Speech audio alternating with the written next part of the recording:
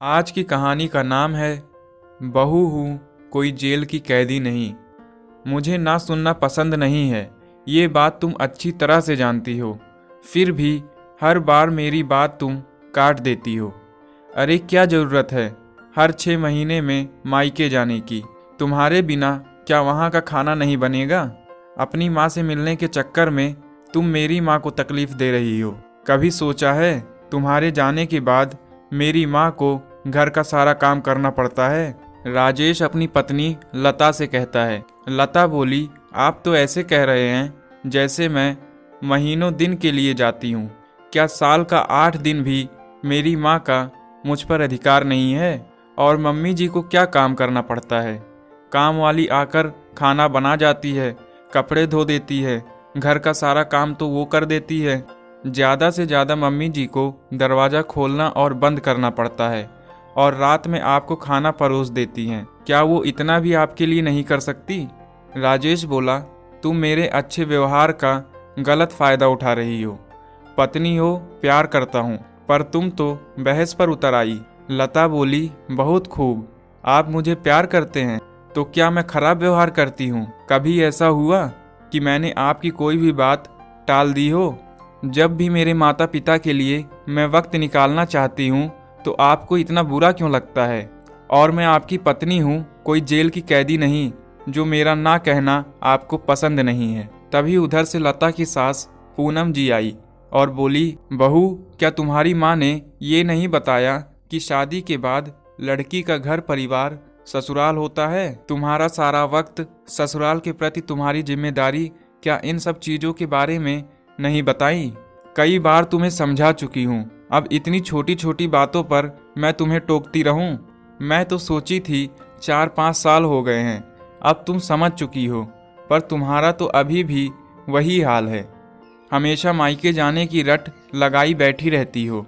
सही कहा मम्मी जी, बहू की गलती ना होने पर भी सास टोकती है, तो वही सास अपने बेटे की गलती पर उसे क्यों नहीं टोकती? मुझे तो आपने कई बार समझा लिया, एक आध बार अपने बेटे को भी समझा लीजिए। शादी करके ससुराल आई हूँ, अपने माँ बाप को त्याग कर नहीं आई हूँ।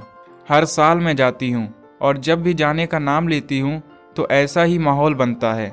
अब तो मुझे आदत सी हो गई है, पूरा समय आप लोगों का है, पर मेरे जीवन पर माता पिता का भी अधिकार है। ये आज मैं आखिरी बार आप लोगों को कह रही हूँ। इतना कहते हुए लता अपने कमरे में चली गई। उसके जाने के बाद पूनम जी राजेश से बोली, देखा, इसलिए कहती थी लगाम खींच कर रखो, पर नहीं, बीबी आती नहीं कि लड़के लट्टू बनके उसके पीछे घूमने लगते। लो अब नाचते रहो। राजेश बोला, माँ आप भी हद करती हैं, आपकी वजह से मैं उसके सामने बुरा बन जाता हूँ और आप मुझे ऐसी बातें सुना रही हैं। देखा जाए तो क्या गलत कह गई? उसके जाने के बाद आपको काम क्या रह जाता है? फिर भी आप मुझसे बुलवाती हैं और मैं नासमझ जो उसे हर बार टोकता हूँ। इतना कहकर राजेश भी ऑफिस चला गया। सबकी नाराजगी को सहकर भी लता अपने माता पिता को मिलने के लिए चली गई। वो जानती थी कि उसके आने के बाद भी पूनम जी कोई ना कोई वगैरह जरूर करेंगी, पर इन सब बातों को दरकिनार करके 4 दिन अपने माता पिता के साथ गुजारी और वापस सुबह के 11 बजे अपने घर लौटी। राजेश दफ्तर जा चुके थे। लता कामवाली के साथ मिलकर लता ने घर की साफ सफाई करना शुरू किया। कामवाली बोली, भाभी जी, आपके नहीं रहने से घर की हालत बहुत खराब हो जाती है। बड़ी मालकिन तो खाना भी मुझसे ही लगवाती थी। लता हंसकर कहती, कोई बात नहीं, उनकी उम्र हो गई है आराम करने की, मेरे रहते वो काम करे, ये भी तो अच्छा नहीं लगता।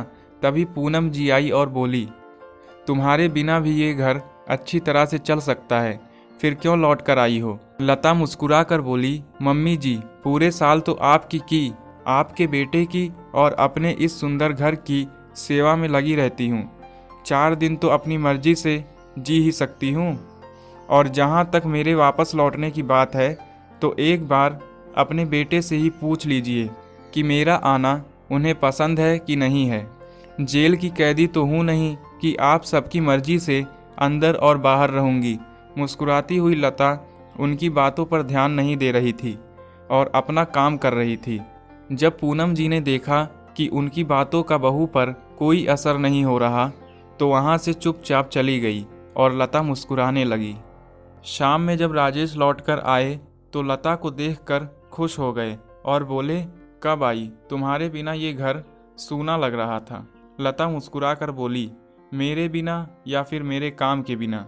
राजेश बोला, तुम पुरानी बातों को लेकर क्यों बैठी रहती हो? मैं समझता हूँ, पर क्या करूँ? माँ अपनी परेशानियों को इतना मुझे बताती है कि ना चाहते हुए भी मुझे तुम्हें कुछ ना कुछ कहना ही पड़ता है। लता बोली, माँ की परेशानियों को समझना बेटे की जिम्मेदारी है तो पत्नी की परेशानियों को भी तो समझना उसका फर्ज है। माँ के प्रति अपना फर्ज निभाने में आप सभी बेटे पत्नी को क्यों भूल जाते हैं? अपने मन की भड़ास जब आप अपनी पत्नी पर निकालते हैं तो आपको महसूस नहीं होता कि आप जेलर और मैं एक कैदी हूँ? राजेश ने आगे बढ़कर अपनी पुरानी बातों के लिए लता से माफ़ी मांगी और कहा, आगे से ध्यान रखूंगा और माँ को भी समझाने की कोशिश करूंगा। बस तुमसे उम्मीद रखता हूँ कि तुम भी मेरी परिस्थितियों को थोड़ा समझो। लता ने मुस्कुराते हुए पति का साथ देने का वादा किया। अब जब कभी लता के मायके जाने की बात होती, उससे पहले ही राजेश अपनी माँ के सामने भूमिका बांधता और उन्हें समझाता कि माँ 2-4 दिन की बात है, हम सब मिलकर संभाल लेंगे और फिर आपके साथ वक्त गुजारने का मौका मिलेगा। और वो समझ भी जाती है। यही बात बहू कहे तो सास की समझ में नहीं आती, बेटा कहे तो माँ तुरंत समझ जाती है। ये कैसी विडंबना है? आपको समझ में आए तो मुझे भी बताइएगा। दोस्तों, ऐसा क्यों होता है? अक्सर बहू मायके जाने की बात छेड़ती नहीं कि घर में युद्ध जैसा माहौल हो जाता है, जबकि सास भी अपने वक्त में कुछ ऐसी ही परिस्थितियों से गुजर चुकी होंगी। फिर भी बहू अगर पति और सास की बात पर ना कहे तो ये बात सुनना उन्हें बिल्कुल बर्दाश्त नहीं होता। आखिर क्यों? दोस्तों, अगर आपको ये कहानी अच्छी लगे तो चैनल को सब्सक्राइब करें और बेल आइकन को प्रेस करें, जिससे हर आने वाली नई वीडियो आप तक सबसे पहले पहुँचे। धन्यवाद।